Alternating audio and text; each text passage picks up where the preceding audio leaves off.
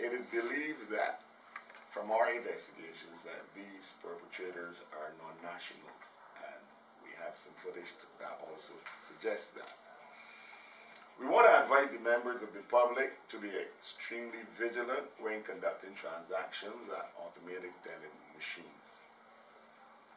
We want you to look for strange devices or gadgets that may be attached to the machines when you're making transactions. And you can do this before you insert your card. Look around, see if there's anything looking strange or funny on the machine before you actually insert your card. We also want to encourage persons who are using these machines to cover the keypads when entering their numbers in the machine, because as investigation showed, there's some camera attached to the machines that capture your PIN information. So if you can conceal the number, it will be more difficult for the perpetrators to access your bank information. Pay attention to persons in and around the ATM machines when you're making transactions. And also, in some instances, there were reports where persons were there using in the machine for an inordinately long time, flipping through cards and using them. Now, we know that in normal course of business, you know your card, you know which one you're going to use, you don't have to go and flip through 12 cards before you access funds. So these are things, red flags, and you can notify bank officials or the police. Also be aware of suspicious persons in the area of the ATM machines when you're making transactions. I want to encourage you to report any suspected misuse of your card immediately. Check your account balances regularly for any authorized or unusual transactions, and don't hesitate to call the police. The second trend we've seen is the use of international credit cards, fraudulent international credit cards. And we had a number of instances where fraudulent international credit cards are being used locally to purchase high-end luxury items, including jewelry and electronic equipment. Investigation into the matter led to the arrest of 3 non-nationals and 1 local citizen, as you all are aware of. We recognize that even in one instance, the card was used to make purchases in excess of $1 million for one trip to the island. We're calling on the business owners to conduct due diligence, ask these people who are presenting the cards for photo ID. You must make sure that the photo on the identification card matches the person that is physically standing before you. Sometimes they need just calling the international financial institutions to just verify whether or not what is presented to you is legitimate. Also, we had to tackle the whole trend of cash advances with fraudulent credit card numbers. And this is where persons from overseas are calling and making reservations for local or non-nationals to stay at visitors' accommodation. They're supplying fraudulent credit card numbers over the telephone as a form of payment. The unsuspecting business owners are just taking that information and facilitating the transaction. Then the person who stays at the hotel, who we believe is partner to the crime, they would, within a short stay, 2 or 3 days, and they will go out and get some huge cash advances on the same credit card, then only to find out subsequently that all the information is fraudulent. We call the harvesting stage. Persons will put that device there, and afterwards they'll take it off, and that device then will be the information will then be downloaded onto a computer. And essentially what the person has then is all of the information. Your card has been cloned, and they can then make cards with that information. And so essentially that is what it is. Is it visible to the naked eye? If an ATM user comes in, can he notice it, or does he have to make a specific look to the insertion slot?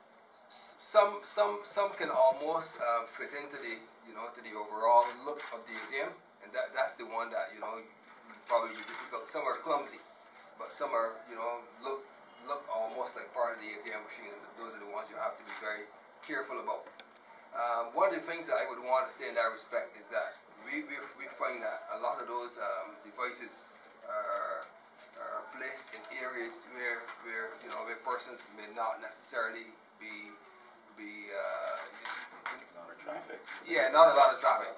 Yeah, so it's like, maybe you'll find some very remote areas where persons will set those devices, and so that's why we would want to encourage members of the public to be careful about how they utilize ATMs. Maybe you might want to use one that you're familiar with in an area where you're going to have lots of pedestrian and other type of traffic, rather than finding one that is in a lonely, remote area. In addition to this too, we recognize that most of these crimes or the compromise occur on weekends. We have an ongoing relationship with Interpol and other regional bodies that will from time to time share information with us as to persons who engage in this sort of activity or might engage in this sort of activity traveling to our borders. Therefore, we in ourselves will share this information with the requisite border security agency to help us combat this sort of activity. So there is always ongoing dialogue between us, giving information to Interpol and other regional bodies, and receiving from them in all of this also. Based on your intelligence, Assistant Superintendent, how safe is it in Barbados to use your ATM card? It is still a relatively safe environment to use your card. All we are asking you is to be cautious. Crime here in Barbados is crime of opportunity. So if the opportunity presents itself and you are not aware of what is happening around your environment, or you choose the wrong environment at the wrong time, then the opportunity is there that something will happen. And then talking about opportunity also, we have had over several nights now have stone throwing at vehicles in the Bishop Court area especially. And we are advising persons to be cautious when moving around Barbados. We have started investigations into this sort of activity, and we have also deployed resources to combat this trend. It is clear that no one type of vehicle is being targeted, and we are asking persons or perpetrators to desist from this sort of activity. This incident can cause a life to be lost. So we are hoping that we can get to the bottom of this, and that is soonest. I don't think that we've had any reports overnight, but we are hoping that what we've seen here will have been the last for the other night. Notice suspicious activity happening. What I call suspicious activity, persons loitering around certain model cars, etc. And we do see things without reporting things. But any information that you have, you can give us a call. If you don't want to call us directly, you can call Crime Stoppers, which is a separate entity, which doesn't have any relation to the force except providing information. And you can call Crime Stoppers at 1-800-TIPS, 1-800-TIPS. So these cars are, these cars are being taken mainly from where private residences, from parking lots, from where? I have been taken from all over. Once the opportunity is there, they would persons would actually execute whatever plans they have. Private residence, car lots, etc. At this time, we have noticed an increase in the theft of motor vehicles in and around Barbados. The persons are actually trying to say that it is only on one part of the island, but we are seeing this through the island. We want to advise the public to remain vigilant in respect of such suspicious activity in relation to these vehicles. I don't want to say that it is a particular type of vehicle, because then persons with those vehicles will just be guarded and the others obviously may let on their guard. But our investigations show that many of these vehicles are being stripped and used as used parts or to repair damaged vehicles. So we are asking the public to remain vigilant and exercise caution in securing their vehicles.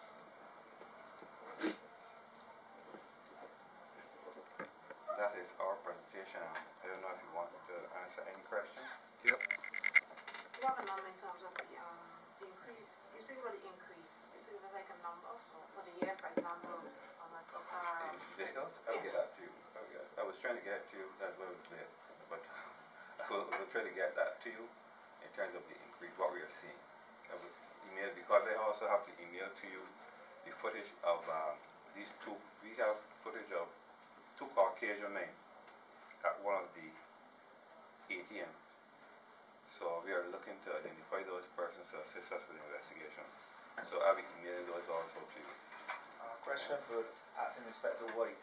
Is there any intelligence that any of these non-nationals have actually formed a partnership with locals to teach them how to skin or to provide them with skimming equipment so it can be done from a home-based perspective? We don't have any intelligence at this time to suggest that. How fearful are you of that happening? Well, there's always a concern. There are always new trends developing, so we are on the lookout. We are on our guard. So that's why we are saying to everyone, don't just look for Caucasian too. Anyone who fits the bill that Mr. White would have just related to, persons staying long in the ATMs, flipping through cards, etc. Person loitering around ATMs, we need to know that information. What about... Sorry, one more. Has there been any increased dialogue with the Barbadians Banking Association now that you guys have noticed these particular trends? Yeah, there's ongoing dialogue. We have the anti-fraud committee set up, and there's ongoing dialogue between the bankers and the police. Yes, that has never been. We have formed a partnership with the banking association, and we do have a liaison officer that relates to the banking institutions, and we believe we are at ease with the partnership that we've created, and they also facilitate in ongoing investigations when the need arises. That's your assessment.